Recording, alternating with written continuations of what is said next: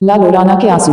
मेरा नाम डेविड है। मैं मेक्सिको के एक छोटे से शहर में अपने परिवार के साथ रहता हूँ। मारिया, मेरी पत्नी से मेरा प्रेम विवाह हुआ था। मेरे माता पिता इस विवाह के लिए राजी नहीं थे, इसलिए मैंने शादी के बाद अलग रहने का फैसला किया। पर कुछ सालों बाद मारिया की समझदारी, घर चलाने के हुनर को देख उनकी राय उसके बारे में बदल गई और उन्होंने उसे अपने परिवार का हिस्सा बना लिया। आज हम सब एक खुशहाल परिवार की तरह रहते हैं। हालांकि मैं उनके साथ नहीं रह पाता क्योंकि मेरा ऑफिस उनके घर से 2 घंटे के रास्ते पर है, पर हर शनिवार हम उनसे मिलने जरूर जाते हैं। मेरे परिवार में मेरा 10 वर्ष का बेटा पीटर, 5 वर्ष की बिटिया सोफिया और 5 महीने का छोटा सा नवजात शिशु ओलिवर है। एक दिन मुझे मेरे पिताजी का फोन आया कि हमारी दादी की तबीयत अचानक बहुत खराब हो गई है और उनकी आखिरी इच्छा है कि हम सब उनके अंतिम समय में उनके पास रहें। वह मेरे छोटे बेटे और लीवा को भी देखना चाहती थी। मेरी दादी शहर से थोड़ा दूर बहुत ही सुंदर बंगले में रहती थी। वह बंगला इसलिए सुंदर नहीं था कि वह बहुत आलीशान बना हुआ था। नहीं, वह एक छोटा सा बंगला था जिसमें बहुत साधारण सी सुविधाएं उपलब्ध थी।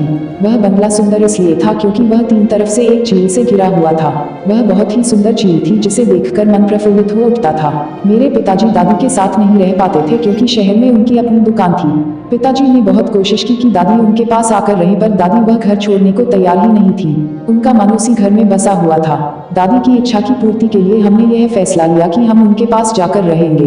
पिताजी ने दुकान का काम नौकरों पर छोड़ दिया और मैंने भी अपने ऑफिस से 1 महीने की छुट्टी ले ली। जब हम सब वहां पहुंचे तो दादी हमें देखकर बहुत खुश हुई। उन्हें विश्वास नहीं हुआ कि हम सब उनके बुलाने पर आ गए।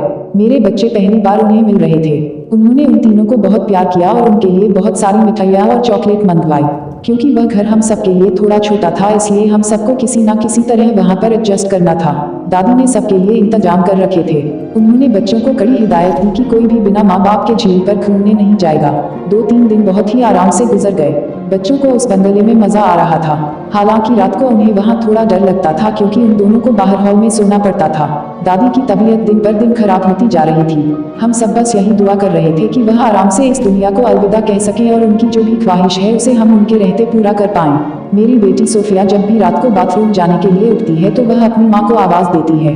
उसे अकेले बाथरूम जाने से डर लगता है। उस रात भी जब वह उठी तो उसने अपनी माँ को आवाज दी। हमारा कमरा ऊपर था इसलिए हमें उसकी आवाज सुनाई नहीं दी। जब सोफिया ने 2-3 बार आवाज दी और मारिया ने नहीं सुनी तो उसने एक बार चिल्लाकर उसे पुकारा।